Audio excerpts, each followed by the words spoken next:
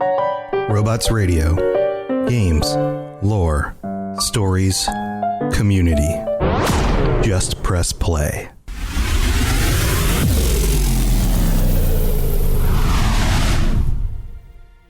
Welcome to the Fallout Lorecast, the podcast that explores the boundaries of our knowledge about the world of Fallout. The Fallout games have their fair share of iconic weapons and armor. Today we are diving in to one of the most iconic of these weapons that you can use in the Fallout games. A weapon seemingly ridiculous to the point of being a piece of fiction only. But it isn't. The Fallout games have their weird and wacky things. They also have a high prevalency of a focus on nukes and explosives, the kinds of things that in the middle years of the 20th century we were all worried about would bring forth the end of the world. And we know, in the Fallout world, the world ends. We just talked about it last week. The bombs were dropped. Explosives and radiation brought the end of society. So it feels almost cartoonish knowing this, to think that something like the Fat Man would have been an actual weapon used by people in war. A Mini-Nuke launcher. Something that could hurl a nuclear bomb the size of maybe a football 150 yards ahead of you in order to take out your enemies and irradiate the ground that you are about to walk on. It seems kind of ridiculous. Today, we will be going into the in-game lore of the Fat Man and the strange story about the actual real-world weapon that inspired it. Wastelanders, Vault Dwellers, welcome back to the show. This is Tomer Robots. Get ready. We're talking about the weird weapons of Fallout. Here we go.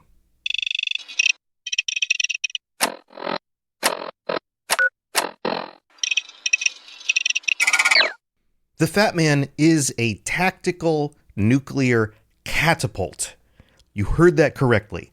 Catapult.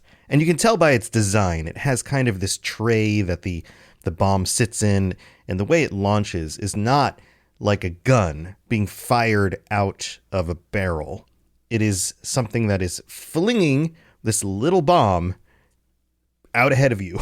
That's how it works. A tactical nuclear catapult. And it first shows up in Fallout 3, although in Fallout 4, we get the backstory. And you can find the backstory in Fort Strong's terminals. This is the location where it was actually developed in Boston, Massachusetts. And so this is a location you can go visit in Fallout 4, and you can read through the terminals. And that's exactly what we're going to do here, because this is the source information for the background of the lore. It all comes from these Bravo Team M42 reports. And the M42 was the designation of the Fat Man weapon, which eventually led to the Merv and some other special variants. But here we go. The first report says this: things are getting tough around here. Brock has decided to split our men into two teams.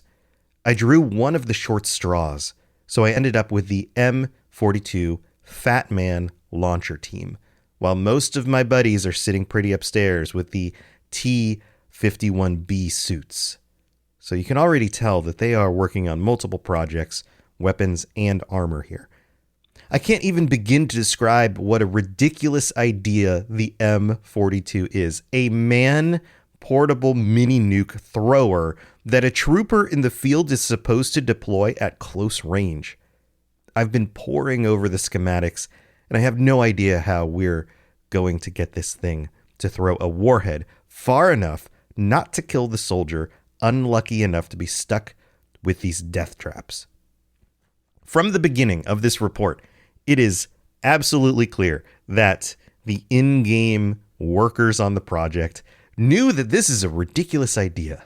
First of all, you're throwing a mini-nuke and just kind of lobbing it out there ahead of you and hoping that it gets far enough that it doesn't destroy the person actually aiming and shooting it to begin with, let alone anybody else in the area. That could be casualty damage, friendly fire of your own forces who happen to just be caught in the radius of this explosive. They knew it was a weird idea.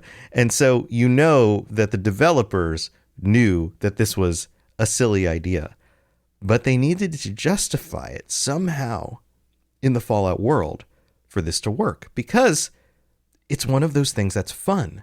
We talked about this on the last episode, that even the original designers of the first Fallout game, it was about, can we take something that's fun and ridiculous and really cool and fits the setting and put it in the games? And this is the kind of item that feels just like that. It's a bit ridiculous, but it absolutely makes sense for the kind of world that Fallout was before the bombs dropped. We get a second report. Bravo Team M42 Report 002. We've stripped the warhead weight down as much as possible. And I'll pause there. It makes sense. These things are not light. They need to be able to launch them as far as they possibly can so that they don't blow up the person with the weapon. But I think we're looking at this the wrong way. Instead of trying to reduce the warhead weight, we should try and amp the power of the thrower itself.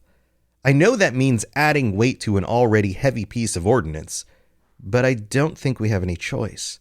One of the guys suggested we try magnetics to push the warhead through like a railgun, which is another kind of weapon that we can actually come across, right? But the power pack would need to be the size of a suitcase. I'll keep picking away at this problem and see what I can turn up. So they're working on variations here and getting closer to solving the actual problem. If you can't make the ordnance itself, the bomb, lighter so that it can travel further, then increase the distance you can throw the already heavy ordnance. And maybe you can use something like a railgun in order to accelerate it and shoot it out at further distances. Well, how does this go? The next report, 003, says, we lost 2 good soldiers this morning. They were on the surface testing a MERV variant of the launcher. Now, what exactly does MERV stand for? We use this all the time in video games when we're talking about explosives that somehow drop multiple explosives. They split into individual pieces. This is a real term. It means multiple independently targetable re-entry vehicles. This is a concept of shooting a missile up into the sky, and then on its arc, it breaks open the actual container in the missile, breaks open, and underneath are multiple warheads that all target different places. This is what a MERV is. So in this context, you end up with a Fat Man, or a version of a Fat Man, that doesn't just launch one big, relatively speaking, explosive, but launches multiple smaller ones that spread out in order to hit a bigger amount of area or number of targets, something like that. So they are testing this MERV variant of the launcher. They lose 2 soldiers, and it goes on and says, when one of the warheads misfired and hit the ground right where they were standing. Poor bastards didn't even have a chance. We couldn't even find any remains to send home to their folks, so Brock told us just fill some cans with sand. I'll tell you, that guy doesn't give a crap about us. He's just worried about the brass back in Washington, giving him a hard time. This gives us a little bit more insight into the project, clearly. This is obviously dangerous. They are working with weapons with high explosion radiuses that can get set off relatively easily, seemingly even just misfiring at the ground, blowing up soldiers. But the insight here about Brock, the individual who is running this, is that he doesn't care. This is a situation where they need to get the weapons out for the war effort. And that's another piece of the puzzle here, is that this research is being done in 2076. Very, very close to the Great War. The military knows that things are heating up with China. They know that they need to get power armored suits out to the soldiers and weapons that they can use against whatever designs the Chinese have to use against the US military. So he doesn't care. Put some sand in some cans and send it off to their parents. Tell them we're sorry. That's just how it goes. Report number 4 comes next. I was in bed last night when I had one of those eureka moments. I ran over to the night shift guys in the lab, swept all of their drawings on the floor, and started sketching my idea. I like the way this one starts because it feels like a movie scene where somebody's like, guys, I got it. And then they just push all the paperwork off the desk in order to because they're so excited. That would be such a mess. Imagine if that was your desk and you're like, what? Hold on. No, I know where my stuff goes. Okay. It feels like a movie moment. Also, another point in here is that we don't know the individual who is writing these. They are labeled team report. So somebody's speaking for the team, but we don't know exactly who. It goes on and says, they must have thought I'd lost my mind. 6 hours and about 14 cups of coffee later, and I had it all mapped out. We'd use a small subcharge as a launching catalyst to catapult the warhead from the launcher. We'd have plenty of range, and the subcharge could be built into the warhead itself. Brock seemed to like the plan and gave us the go-ahead to prototype the device. I can't wait to try it out. A eureka moment, using a smaller explosion to launch a bomb that then has a bigger explosion. So there are a few things that are very interesting about this. First of all, this is how conventional ballistics work. You have a thing you want to get from the gun to the target, and so you use a small explosion at the back of the bullet in order to send the front part of the bullet forward. The casing falls out, and the bullet is delivered to its target. The actual materials need to create that explosion are all contained in the bullet itself before it is discharged. It's not something that the gun holds. Every bullet is encased with its own explosives at the back that project the bullet. I'm sure there's more technical terms for that, but you guys get the idea. Also, the way actual nuclear weapons work is with an explosive charge that is around the actual irradiated substance in the middle. So you have explosives around a thing, conventional explosives around a thing that pressurize all of the plutonium or uranium or whatever it is that's in there. And it pressurizes and squishes it together so that it hits critical mass. You use an explosion to set off a bigger explosion. Same kind of concept, except this is about getting it out in front of the person who's shooting. So interesting.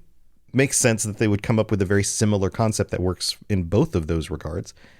Then we get the 5th report. This is the final one. It says, it took the better part of a year and over 100 test firings, but the M42 is ready to ship out into the field. I can't believe I spent over a year on this single project. I feel pretty good knowing we're delivering a well-tested weapon to our own guys fighting overseas. Now that it's over, I suppose Brock will move on to something else. But for now, I'm going to spend the rest of the month packing up these warheads to ship off base. No twist at the end, like you would expect with so many of these terminals, where it starts with a story and then there's a twist. We get the twist kind of in the middle. Some people were killed, and Brock's kind of an uncaring leader. Then, well, we finish it up. We got it. It's working. Everything's good. It's a rare scene in a Fallout game to have terminals that work this way. But we also have General Brock's terminals as well. Let's go through those. And these are dated. General Brock's report, June 2075. So we're going back to the year before a lot of the actual research was happening. As of today, command of Fort Strong has passed to me. I am looking forward to helping the U.S. Army test some of its experimental weapon systems at our facility. I've already had the men preparing the island for testing operations by tearing down the old barracks and constructing a simulated town. Since we'll be fighting the enemy on an urban front, I think the best way to test these weapons is by seeing how well they punch through civilian structures. There's a phrase in warfare called total war, where you don't just target the military facilities. It is something that was brought home to the world in World War II. The idea of targeting civilian structures and using that as pressure on the enemy. Brock was on board with that. He wasn't creating a simulated base for them to target. They were creating simulated homes and businesses. A town full of what represents regular people who probably don't have a whole lot to do with the war. We need to take a quick break and thank our patrons. Don't go anywhere because I've got the rest of the story and information about the real world weapons that inspired them. It's time for that spring reset. I'm taking a look at everything in my closet and figuring out that, oh no, this absolutely needs to go. And it's about time I replace things so that my clothes aren't older than my 15-year-old. Now you might think that they lasted that long because they were well made, but no, they're in terrible condition. Unlike the new jeans I just got from Quince. Jeans have always been my personal go-to because you can kind of wear them for lots of different things, but maybe they're not your thing. Maybe you're looking for, 100% European linen with insanely soft flow knit activewear fabric. It's definitely getting warmer, and their flow knit activewear is moisture wicking, anti-odor, and soft enough that you'll actually want to wear it every day.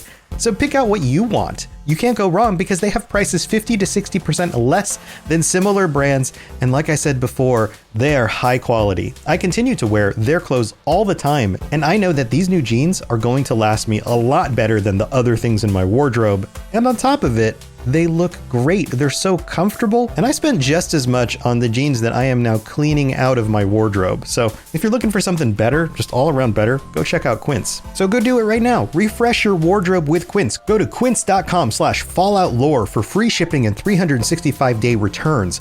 Now available in Canada too. Go to quince.com/falloutlore for free shipping and 365-day returns. Quince.com/falloutlore.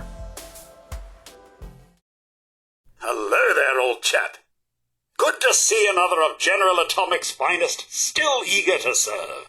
All right, here we are in the middle of the show. This is where I get to thank our patrons for their support. Thank you to every single patron who helps to support this channel. You are the best, and I couldn't do it without you.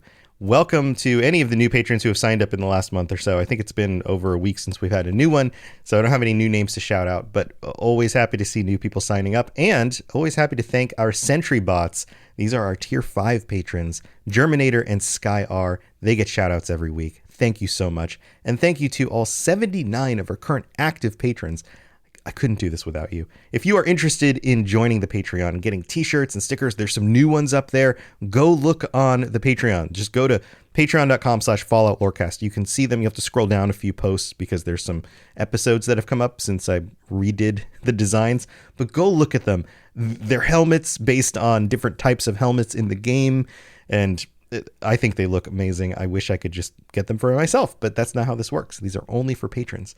So go check that out. Also, if you'd like to help us out in other ways, you can leave a 5-star review on Apple Podcasts, and I will read it out on a future episode, like these that came in recently. This one is from Killer Zeba in the United States, who writes, "An excellent Fallout podcast, thank you. I'm a 30-something husband and father with a white-collar job, and playing video games is my way to escape the 9-to-5. Fallout, primarily 4 and 76, have always been of interest to me, and I love to scare myself with the stories behind each vault, some of the people you come across, and the experience of wandering around the atomic wasteland. This podcast helps me daydream while I'm cleaning the house or doing the dishes. I'll listen to an episode as a prologue to play for a few hours before bed." Absolutely amazing job, Tom. Thank you for reigniting my passion for this amazing game. Thank you, Killer Zeba, and awesome. That's just great. I love that shows like this can help people get through regular routine stuff during their day and also pump them up to play the games. That's awesome. We have another one from Garlic Shirt, which is a wonderful name, from the United States, who writes, awesome, absolutely awesome. Tom is an awesome speaker. I also found who dropped the bombs in Fallout 4. If you go to Makra fish packaging plant in Fallout 4, on one of the rolls of Boston Bugles, it says that China released an atomic ultimatum, which probably led to the Great War. Yes, this is something that is, you can find evidence of this lots of different places, which reinforces the idea that the United States and China were in conflict with each other and China was getting ready to attack. And if you go back and listen to the previous episode, that part wasn't so much obscured. It was did they really push the button first? Or did they really drop the first bomb and then just follow up with more? There was a lot more to it in the question than that. But yes, you can absolutely find bits of evidence like that all over the place. So thank you again for your support. Thank you for sharing those. And let's move on with the rest of the show. If you have any questions about Nuka World, I'd be delighted to answer them. All right, so we left off on General Brock's first report, June of 2075. The next one comes in September of the same year. He says, we've been testing the new batch of T-51B power armor suits that the Army Corps of Engineers just rolled off the assembly line. I'm impressed with the amount of protection they afford our soldiers, yet allow them a great deal of mobility. I've noticed that the soldiers are still having trouble jumping in these things because of the suit's weight. They often tip over on hard landings. I've had the maintenance boys look at it, and they're suggesting adding a gyroscope and shock absorbers to the lower torso. I'll pass it up the chain and see if I can get Washington to spend the extra money it'll cost for the modification. So again, focus on the armor, but not the weapons yet. In February of 2076, he writes, things are starting to heat up overseas, so Washington is pushing us to cut our project turnaround times in half. I told them that would be dangerous, but it seems like we don't have much of a choice. You can see here in this message why he was so cold and uncaring about what happened to the soldiers. He knew it would be dangerous. He warned the people up the chain in Washington, and they didn't have a choice. I've decided to split my staff into Alpha Team and Bravo Team so we can work on two projects at the same time. The manpower will be reduced, but I'm convinced that we'll still be able to maintain our new schedule. I'm going to put Alpha Team on the power armor and Bravo on the new M42 Fat Man launchers. So this is the origin of the team working on the launchers exclusively, February 2076. His next report is in June. He says, Alpha Team just shipped out the first batch of T-51B suits to the front in China.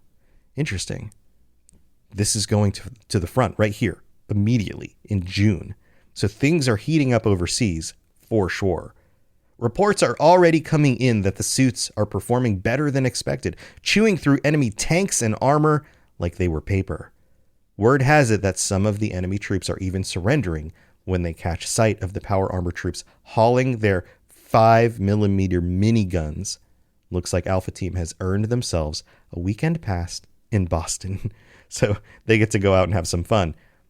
Bravo Team, though, still working on stuff. December 2076. Bravo Team is having a heck of a time getting the M42s not to shoot far enough away from its firing positions. The problem is that the warhead is still too heavy to fire the distance required. Our simulated soldiers are still soaking far too many rads and suffering blast burns. One of the technicians had suggested a radical idea of using a conventional depleted subcharge to catapult the round rapidly out of the chamber.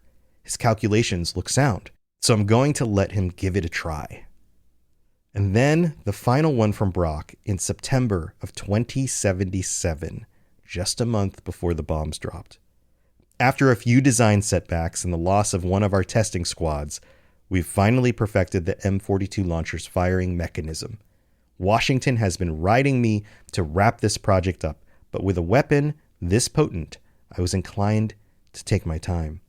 We've sent the launchers ahead to the supply yard in Mississippi, and we're just waiting for the go-ahead to ship the warheads wherever they need to go. Hopefully we can get those nukes out of here before the month is out. I don't feel comfortable sleeping 20 feet above enough nukes to reduce this island to ash. And that's the end of the project. They wrap it up just a month before the bombs drop. And as we see in the games, they work. You launch them far enough out there and you don't blow yourself up. But you sure do a lot of damage. Did I just say do? A lot of damage to the enemy. So as I was hinting at the beginning of this episode, there's more to the story. There is a, almost personal nuclear device that was actually constructed and tested by the United States military. I'm pulling this data from Wikipedia about the Davy Crockett nuclear device. Yes, Davy Crockett, pioneer, famous name from, the early parts of the American history or whatever. It's one of those guys you learn about in like grade school. It says the M28 or M29, there were two different variants, and notice similar name to the Fat Man device that we were talking about. Davy Crockett weapon system was a tactical nuclear recoilless smoothbore gun for firing the M388 nuclear projectile, armed with the W54 nuclear warhead that was deployed by the United States during the Cold War. It was the first project assigned to the United States Army Weapon Command in Rock Island, Illinois. It remains one of the smallest nuclear weapon systems ever built, with a yield of 20 tons of TNT.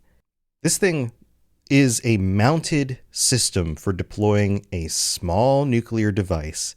It's not quite the size of like a football. It's a little bit bigger. It sits on the front of this tripod with a launcher that pushes the nuclear device out forward in front of the launcher in order to shoot at an enemy.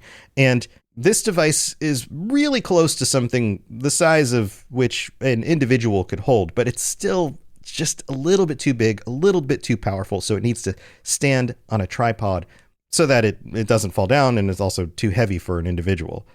It weighs 108 pounds. This is the first one, the M28, unloaded. This is without the actual bomb attached. The M29 weighs 316 pounds. This is way too much for an individual to fire on their own.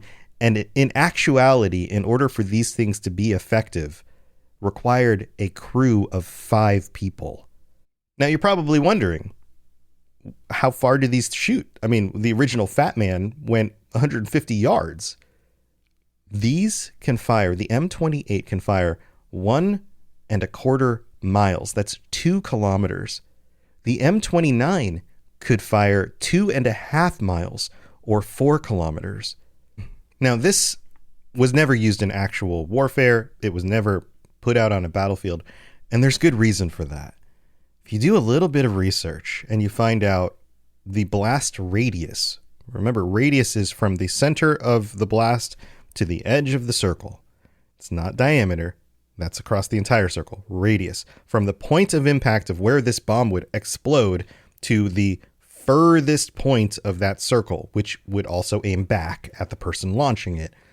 The blast radius of 10 tons of explosives, which is half the payload, is just about 2.5 miles.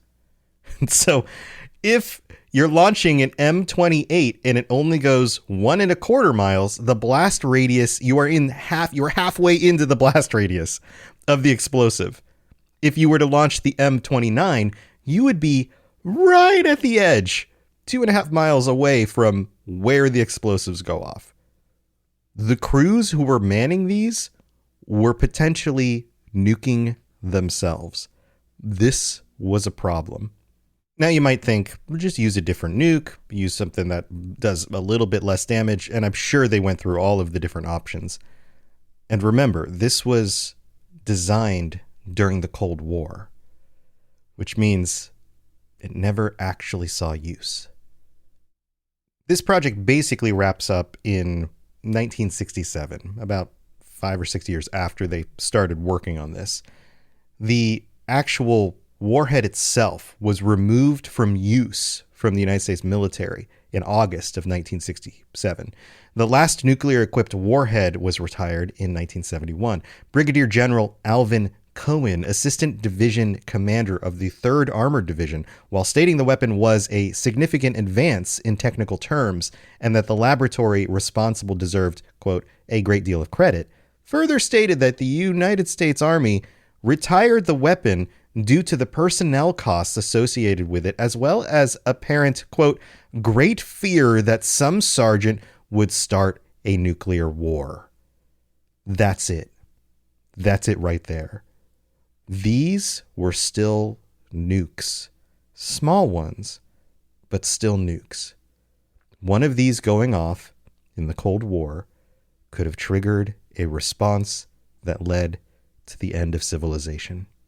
So I think we're all pretty glad these weren't actually used in any real conflict.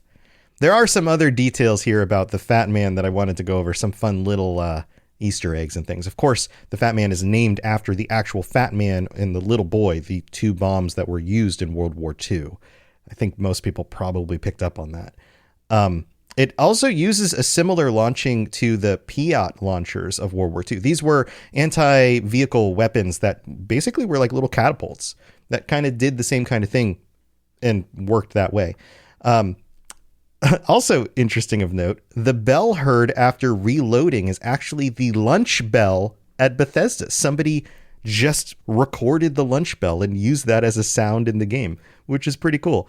And then finally, the designation M42 is shared with a couple other pieces of military equipment, such as the M42 Duster SPAA gun and the M42 submachine gun.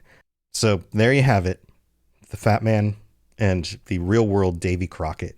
I hope you enjoyed this look at the weapons of Fallout. If you are interested in more of these kinds of episodes where we go into detail about weapons and some of the items and real-world corollaries, let me know. If you enjoyed this, let me know. Comment on the Discord or, send me an X. How does that even work? Send me a tweet. Let's just keep calling it Twitter.